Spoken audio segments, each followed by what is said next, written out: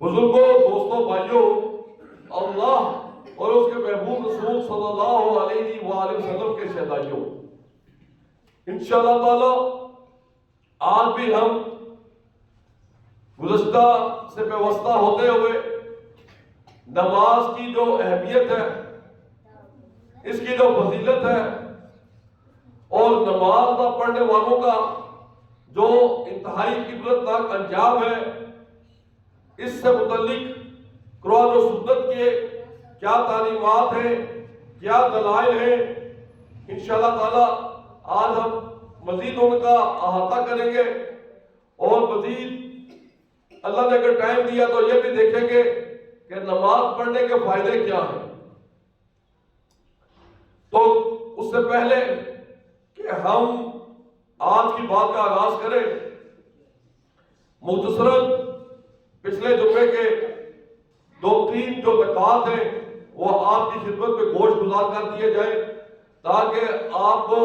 آج کا جو خطبہ ہے، آج کا جو موضوع ہے، اس کو سمجھنے میں آسانی ہو سکے۔ پچھلے خطبے میں ہم نے عرض کیا تھا کہ اللہ سبحانہ و تعالیٰ نے کم از کم 3500 سے زائد مرتبہ قرآن پاک میں نماز کی تذکیر کی ہے، نماز کی اپنی مبارک زبان سے تکرار کی ہے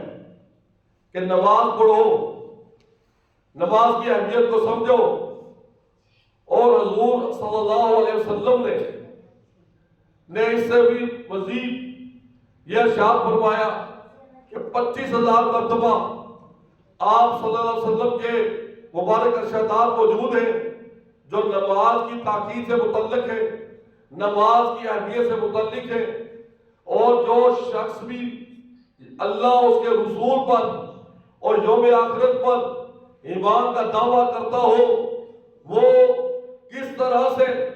کس بنیاد کے اوپر فرض نماز چھوڑ سکتا ہے جبکہ اس کے مالک اور خالق نے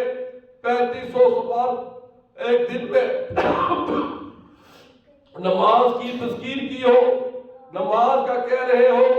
اور حضور صلی اللہ علیہ وسلم 25,000 سے زائد مرتبہ نماز کی تاکید کرتے ہو اور پھر وہ غفلت برتے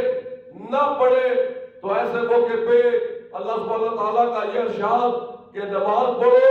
اور مشرک نہ بنو، کیونکہ نماز نہیں پڑھو گے تو پھر مشرک بن جاؤ گے۔ اور حضور صلی اللہ علیہ وسلم نے ارشاد فرمایا کہ جو نماز نہیں پڑھتا وہ مسلمان نہیں، اور بلکہ وہ کافر ہے، اور جو نماز پڑھتا ہے وہی مسلم ہے۔ یہ حدیث مسلم شریف کے باب الایمان میں حدیث نمبر 246 کے حوالے سے پیش ہوئی ہے۔ تو آپ اس سے اندازہ لگا لیجئے کہ کتنی مرتبہ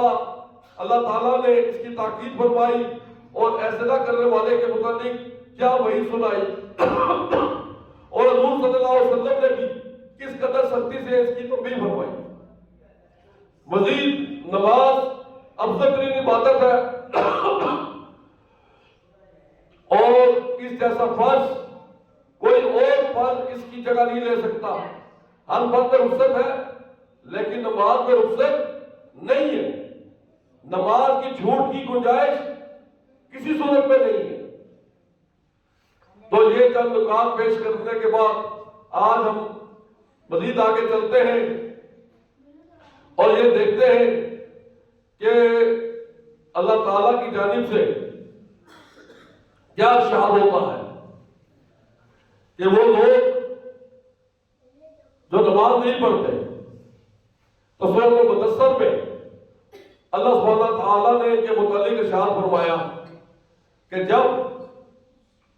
تمام جنتی جنت میں چلے جائیں گے، تمام جہنمی جہنم میں چلے جائیں گے، تو اس کے بعد اللہ تعالیٰ جنتیوں اور جہنمیوں کے درمیان رابطہ کروائیں گے، کوارڈینیشن کروائیں گے، اور جنتی دیکھیں گے کہ جہنمی بدترین انجام سے دوچار ہو رہے ہیں، جل جل کر ان کا پوری کھالیں سیاہ ہو چکی ہیں، چہرے انتہائی بگڑے ہوئے ہیں، ایسی بدترین حالت میں ہیں جو دنیا میں نہ کبھی انہوں نے دیکھی نہ کبھی سنی. تو ایسے ہولناک انجام سے دو چار ہوتے ہوئے ان کو دیکھ کر ان سے پوچھیں گے، جس کی تشریح علماء نے بھی کی ہے کہ بھئی دنیا میں تمہاری بہت عزت تھی، دنیا میں تمہارا بہت مقام تھا، بہت شان و شوکت تھی، بہت اختیارات تھے، بہت نصر و رسوخ تھا، آج تم اس گھاٹی میں کیوں چل رہے ہو؟ تمہاری تباہی بربادی کیوں ہو رہی ہے؟ اتنے بے بس کیوں ہو گئے ہو؟ تو جہنمی جواب دیں گے، قالوا لم نکو من المصلین، کہ ہم لوگ صرف نماز نہیں پڑھتے تھے، نہیں تھے ہم نماز پڑھنے والے. یعنی کہ آپ اندازہ لگائیے، اللہ سبحانہ تعالیٰ نے جہنم میں جلنے والوں کے متعلق اس صورت میں، اس آیت میں جس سب سے بڑے جرم کا اظہار کیا وہ یہ تھا کہ وہ نماز نہیں پڑھتے تھے، اور نماز نہ پڑھنے کی وجہ سے ان کا یہ حشر ہو گیا. ہم مجھے عرض کر رہے تھے کہ جو نماز نہیں پڑھتے وہ ہی جہنم میں چلیں گے. اس سے پہلے قیامت کے دن میدان حشر میں ایسے لوگوں کا جو انجام ہوگا، بے شک وہ زبان سے کلمہ پڑھنے والے ہوں، اللہ کی وحدانیت کا اقرار کرنے والے ہوں، حضور صلی اللہ علیہ وسلم کی رسالت کا اعتراف اور اقرار کرنے والے ہوں، لیکن فرض نماز مستقل چھوڑنے کی وجہ سے اللہ سبحانہ وتعالیٰ ان کو قیامت کے دن بدترین جو مخلوقات ہیں ان کے ساتھ کھڑا کریں گے. صحیح حدیث ہے، امام احمد بن حنبل اس کو لے کر آئے ہیں کہ قیامت کے دن بے نماز مسلمان فرعون کے ساتھ، حامان کے ساتھ اور امیہ بن حلب کے ساتھ، جو کہ بدترین دشمن خدا تھے، بدترین دشمن رسول تھے اپنے اپنے دور کے، تو ایک کلمہ گو مسلمان وہ ان کے ساتھ کھڑا ہوگا محض نماز چھوڑنے کی وجہ سے. اور نماز پر چھوڑنے کی وجہ سے اس نے دنیا میں جتنی بھی نیکیاں کی ہوگی، جتنے بھی خیرات کے کام کیے ہوں گے، وہ سب کے سب زیرو سے ملٹیپلائی ہو جائے. اور اگر اس کے برعکس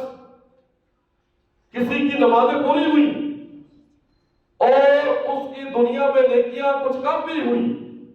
اس نے خیرات اور صدقات کم بھی کیے، نوافل کم بھی پڑھے، نفلی روزے کم بھی رکھے، لیکن اللہ کا یہ وعدہ ہے نمازیوں کے ساتھ کہ بالضرور ان کی وہ مدد کرے گا، ان کی نیکیوں میں اضافہ کرے گا، ان سے رحمت کے ساتھ پیش آئے گا، نرمی کے ساتھ پیش آئے گا، محبت کے ساتھ پیش آئے گا. میرے بھائیوں، آپ اندازہ لگاؤ کہ جس کے ساتھ اللہ سبحانہ تعالی خود فرمائے کہ میں ایسے شخص سے محبت کے ساتھ پیش آؤں گا، نرمی کے ساتھ پیش آؤں گا، رحمت کے ساتھ پیش آؤں گا، اس بندے کی قسمت کے، اس بندے کی سعادت بندی کے کیا ٹھکانے، کیا کہنے. محض فرض نماز کی مستقل ادائیگی کی بنیاد کے اوپر. تو اس لیے اندازہ لگا لیجئے کہ فرض نماز کتنی اہم ہے، اور اس کو نہ پڑھنے والے کس قدر بدبخت، کس قدر بد نصیب اور کس قدر بدترین انجام سے دوچار ہونے والے ہیں. میرے بھائیوں، جو آیت کریمہ ہم نے آپ کے سامنے تلاوت کی، اس میں اللہ سبحانہ تعالی یہ ارشاد فرما رہے ہیں کہ نماز کو قائم رکھو، نماز کو پوری اس کی جو اسباب ہیں، یعنی کہ وضو کا باقاعدہ ہونا، جسم کا پاک و صاف ہونا، اور عین سنت کے مطابق جس طرح حضور صلی اللہ علیہ وآلہ وسلم نے آپ نے مبارک سنت سے نماز پڑھ کر دکھائی، اس کے مطابق ہر نماز ادا کرنا، اس کو کہتے ہیں واقیم الصلاۃ، کہ نماز کو قائم کرنا۔ ہم اپنی مرضی سے یا کسی اور کے بتائے ہوئے طریقے سے نماز کو پڑھیں گے تو شاید نماز ہو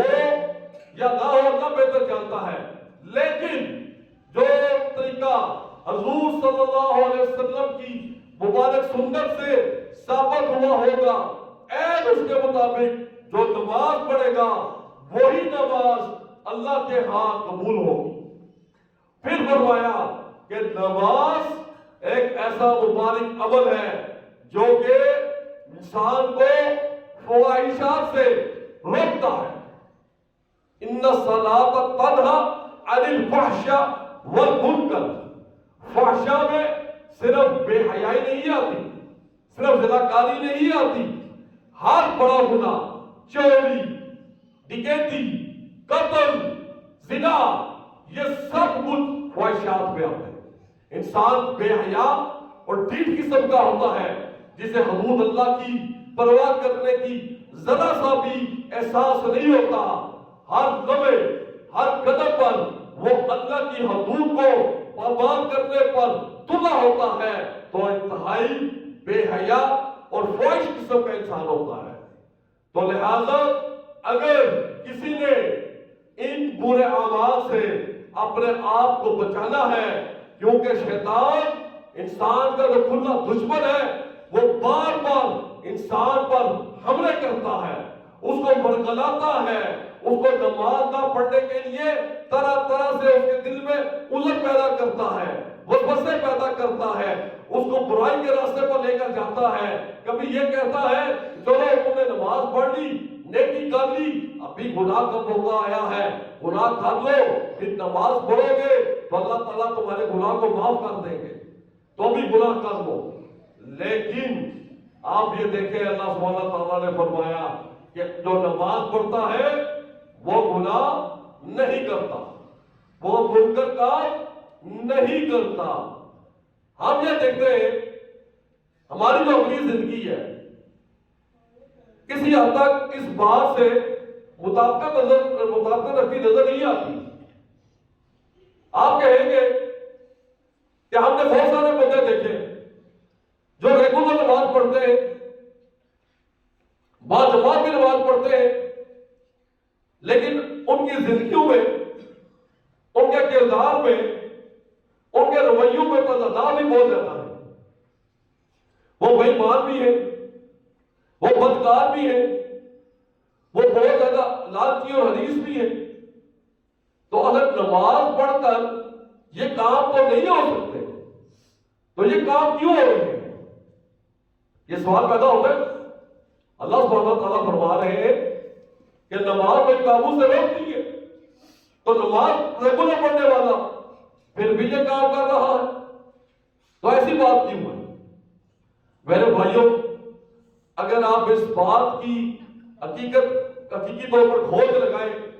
تو پہلے نمبر پر تو ہم یہ سمجھتے ہیں کہ جو بات اللہ سبحانہ تعالیٰ نے ارشاد فرما دی، جو تمام حقیقتوں کا مالک ہے، تمام حقیقتوں کو ہم سب سے زیادہ اربوں گنا زیادہ جانتا ہے، وہ یہ بات کیسے کہہ سکتا ہے؟ اسے تو پتا ہے کہ لوگ نماز بھی پڑھیں گے اور پھر بھی گناہ کریں گے، تو یہ بات کیوں فرمائی جا رہی؟ اصل میں پہلی بات یہ ہے کہ یہ ایسے لوگ جو نماز پڑھتے ہیں ان کی نماز عین سنت کے مطابق نہیں ہوتی۔ نماز جس قسم کے اخلاص کا مطالبہ کرتی ہے، جس قسم کے خشوع خضوع کا مطالبہ کرتی ہے، وہ خشوع خضوع ان کے اندر مفقود ہوتا ہے، ملابید ہوتا ہے، وہ ان کے اندر نہیں پایا جاتا، جس کی وجہ سے وہ ایسے اثرات کے حامل نہیں ہو سکتی۔ وہ نماز پڑھ رہے ہوتے ہیں اور اکثریت کو سمجھ ہی نہیں آ رہا ہوتا کہ وہ کیا پڑھ رہے ہیں، وہ اللہ تعالیٰ سے کیا عرض کر رہے ہیں۔ سبحانک اللہ پڑھا، مطلب ہی نہیں پتا۔ اعوذ باللہ پڑھا، اکثریت کو مطلب ہی نہیں پتا۔ سبحان ربی العظیم کہا، مطلب ہی نہیں پتا۔ التحیات للہ والصلوات والطیبات کہا، لیکن مطلب ہی نہیں پتا۔ جب آپ کو بار بار مسجد میں آتے ہوئے زندگی گزر جائے اور آپ اتنی بھی جتن نہ کریں، تکلیف نہ اٹھائیں کہ یار کوئی کتاب چھوٹی سی لے لے، تو موبائل سے دیکھ لے کہ ہم روزانہ جو نماز پڑھ رہے ہیں، ہم پوری کائنات کے مالک کو، پوری کائنات کے شہنشاہ کے آگے سجدہ کر رہے ہیں، ہم اسے کیا عرض کرتے ہیں، کیا فرماتے ہیں؟ یقین کریں جب آپ لوگ پورے فہم کے ساتھ، پورے شعور کے ساتھ، پورے جو مضامین ہیں ان کے معنی کو سمجھ کر نماز پڑھیں گے، بار بار پڑھیں گے، تو کردار میں، رویوں میں، اخلاقیات میں انقلابی تبدیلی آتی ہے۔ تھوڑی چھوٹی موٹی تبدیلی نہیں آتی،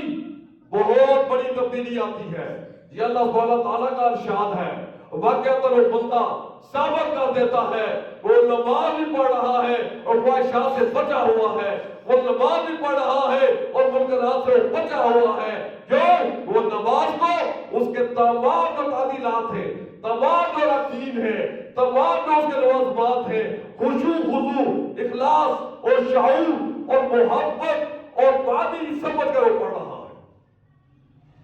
اور میرے بھائیوں، اس بات کو ہم مزید ایلوبریٹ کرنا چاہتے ہیں، اگر وقت ہوگا تو ہم کر دیں گے، نہیں تو یہ بات ہم اگلے جمعے تک کے لیے محدود کر دیتے ہیں۔ تو اللہ تعالیٰ سے دعا ہے کہ اللہ تعالیٰ ہمیں پوری زندگی کے لیے پورے خشوع خضوع کے ساتھ اور باجماعت نماز پڑھنے کی توفیق عطا فرمائے۔ وآخر دعوانا ان الحمد للہ رب العالمین۔